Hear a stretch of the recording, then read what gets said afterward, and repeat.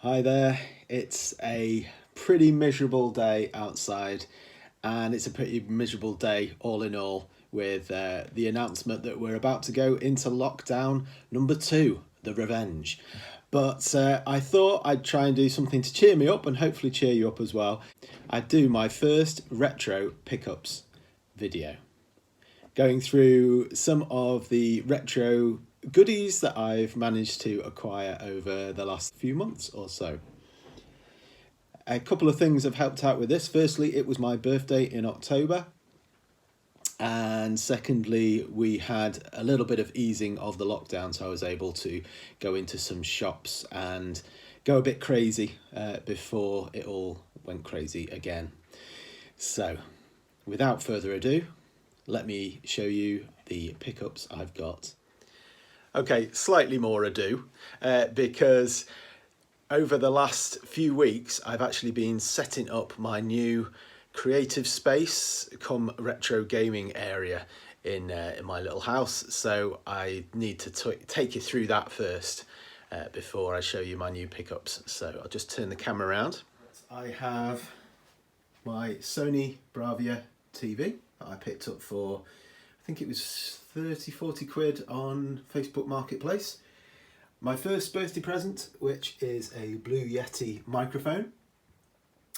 I have my Daewoo VCR and DVD combo.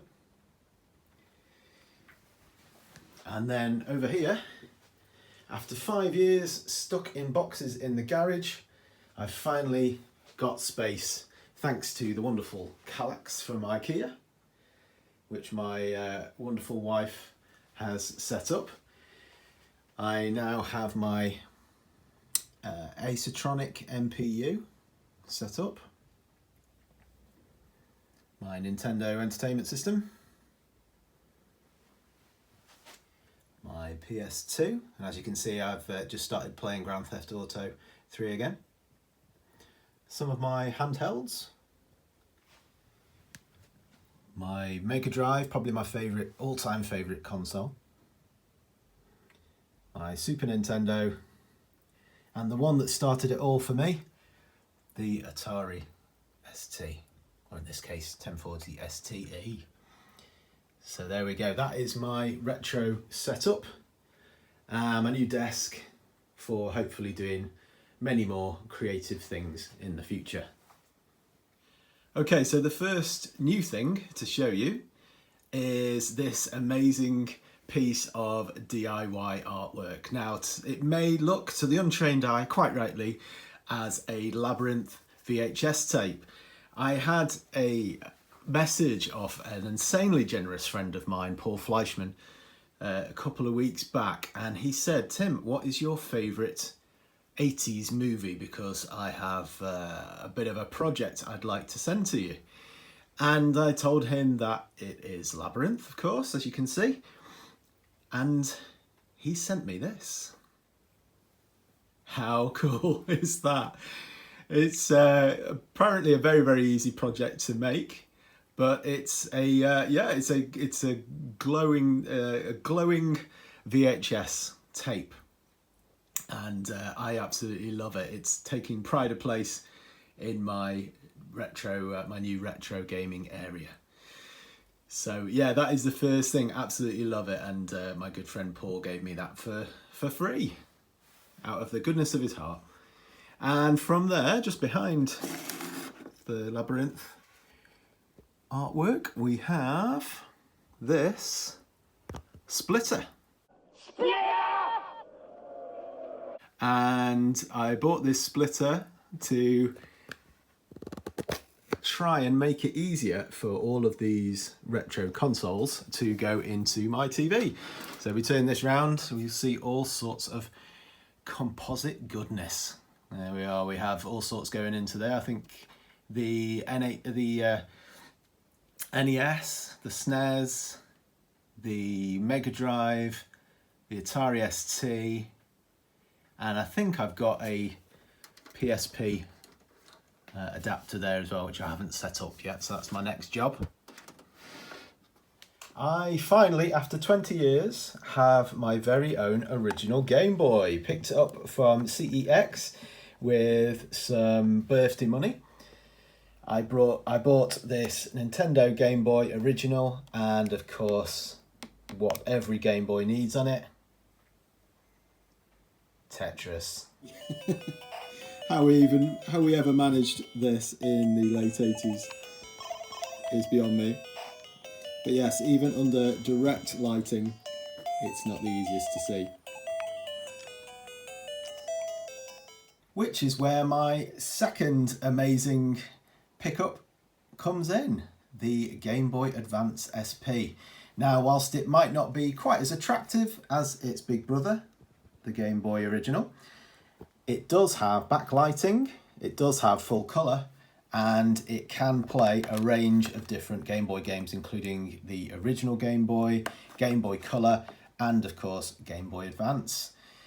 And this was a kind donation by my super generous mother-in-law, Jill O'Grady, who said once she found out that I had the original Game Boy, these things often work in this way, she said, "Oh, I've got an old Game Boy Advance in a cupboard somewhere. With a load of games, would you like it?" And it's always music to every retro game collector's ears that I've got an old console with loads of games, would you like it for free? And of course the answer was yes, and she also gave me a load of different games, so I'll take you through what they are now. The first one is Clax, a great puzzle game. Most of these were puzzle games, and they were her favourite games that she's given me, so thank you so much for that. Clax I am used to mostly on the Megadrive, so this version, it wasn't disappointing, but it was very different to what I was used to. But this is Clax, a puzzle game where you've got to try and get different Claxes into threes to complete the game.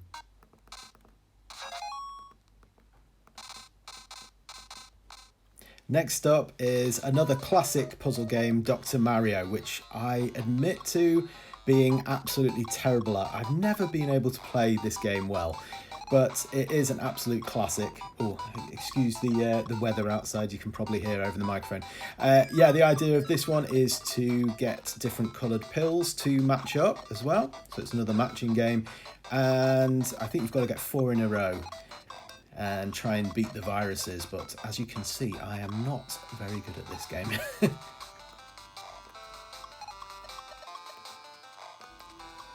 A game that I do seem to be a lot better at is Yoshi's Cookie, which I've never played before, but absolutely loving this one. Again, it's one where you have to make different symbols line up.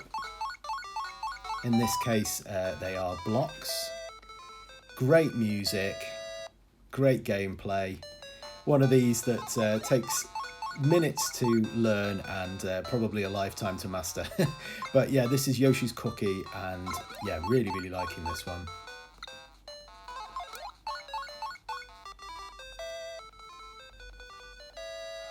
And as you can imagine, after the huge success of Tetris on the Game Boy, there were some spin-offs. This is Tetris Plus, which has the classic game on it, but also some variations on this one. You have to solve some puzzles before the clamp at the top comes down to get you. Didn't like the music as much on this one as the classic Tetris, but yeah, interesting spin-off, and worth checking out. And here we have Buster Move 2, which I believe I've played as Puzzle Bobble before, because it carries on from Bubble Bobble. You'll recognise the characters from it. This one, again, I'm not great at, but it is a fun game. I love the music on this one. And yeah, it's all about shooting different coloured symbols together to make them drop before the walls close in on you. And as you can see, again, I'm not brilliant at this one, but it is very enjoyable to play. And then we're on to the Game Boy Color games. This first one is called Keep the Balance, and I admit that I haven't got a clue how to play this one. So if anyone has any ideas how to play this one, do please let me know in the comments below. But this is a little bit of Keep the Balance.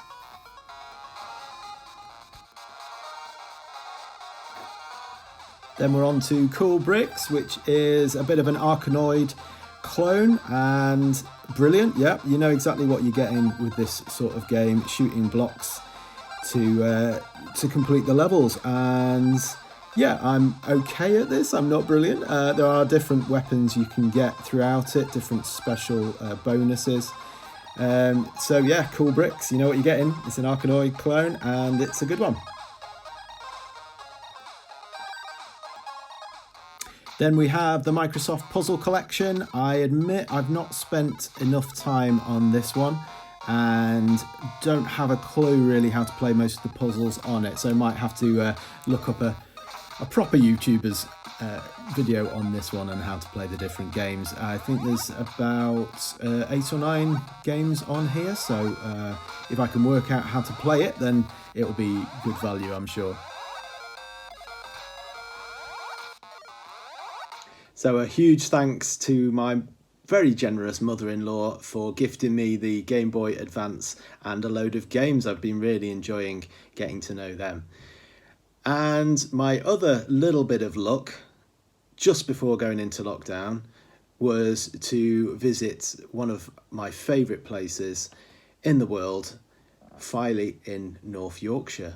And whilst I was there, I was lucky enough to discover a great retro shop which sold old toys, board games, and most importantly to me, retro games. So I couldn't resist but get myself a few. So let's check those out too. First off, I bought myself possibly the best platformer on the Game Boy. Certainly the best one I've ever played, and that is Super Mario Land 2, 6 golden coins.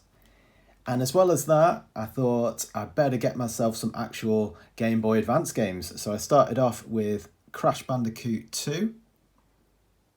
And I also got myself Super Mario World, Super Mario Advance 2, or Super Mario World as it's known on the SNES. And finally, so it wasn't all about the Game Boy, I also bought Kid Chameleon for the Megadrive, which is one of my favourites I've played on my Megadrive Classic Collection. So I thought I would grab myself a physical copy of it. So let's fire those up and see how they play. So anyone who's played the Super Mario, any sort of game from Super Mario Brothers 3 through to Super Mario World will know this style of Mario game. It translates really well onto the Game Boy on this particular game. Anyone who's played the first Mario Land on Game Boy will know it's a lot more rudimentary, but they really stepped it up on this one. Another thing I noticed when trying to play this in front of the camera is that I suddenly become absolutely terrible at this game. I have completed a few levels, I assure you, even though I seem to be dying straight away when trying to play it on the camera. But yeah, you can't get any better than Super Mario Brothers Land 2, 6 golden coins, to give it its full name, on the Game Boy. Works really well, and one of those games I would suggest you pick up day one if you are going to buy any kind of backwards compatible Game Boy.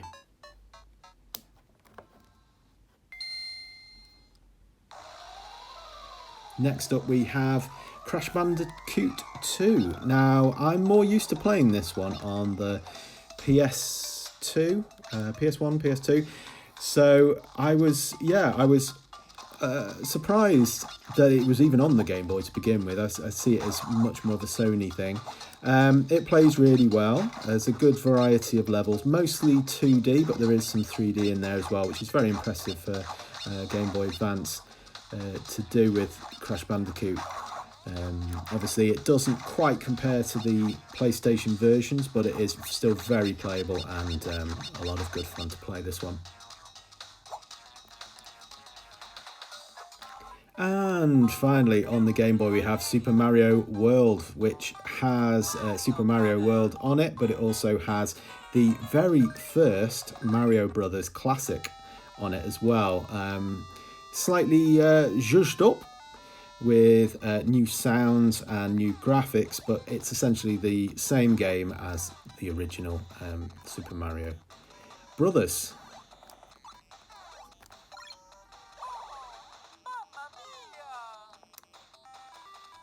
And of course we have Super Mario World, which if you have played the Super Nintendo version, you will be very familiar with this superb game.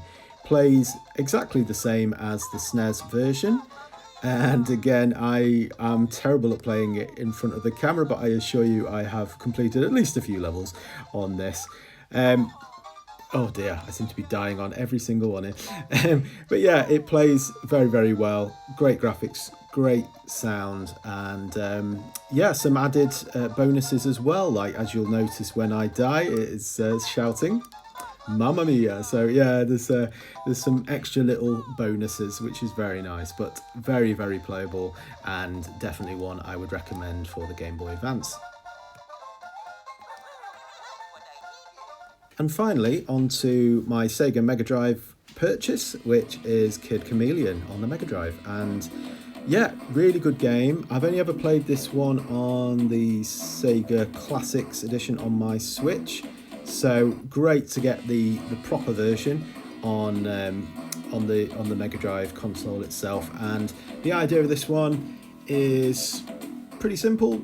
Collect lots of gems, kill lots of monsters, and along the way your cool kid collects different bonus weapons, bonus helmets actually, which help him to do different skills, different special skills. There we are. So I now have a knight's helmet, which will help me to bash through rocks a lot more effectively. And in this second level, I've got like a samurai helmet, which comes with a sword and everything, so you can beat your enemies with that as well. Really cool game, really fun, comic style. Another one of these that starts off easy and gets more tricky, so anyone can have a go. Yeah, really enjoy it. Really enjoyable one. I'm looking forward to playing this a bit more and hopefully getting a little bit better at this one as well. That's Kid Chameleon. Thanks very much for watching my first retro pickups video. Hope you enjoyed this. If you did, please consider subscribing, and I'd love to read your comments below and find out what retro pickups you've had this last couple of months. All right, thanks very much for watching. See you soon. Bye.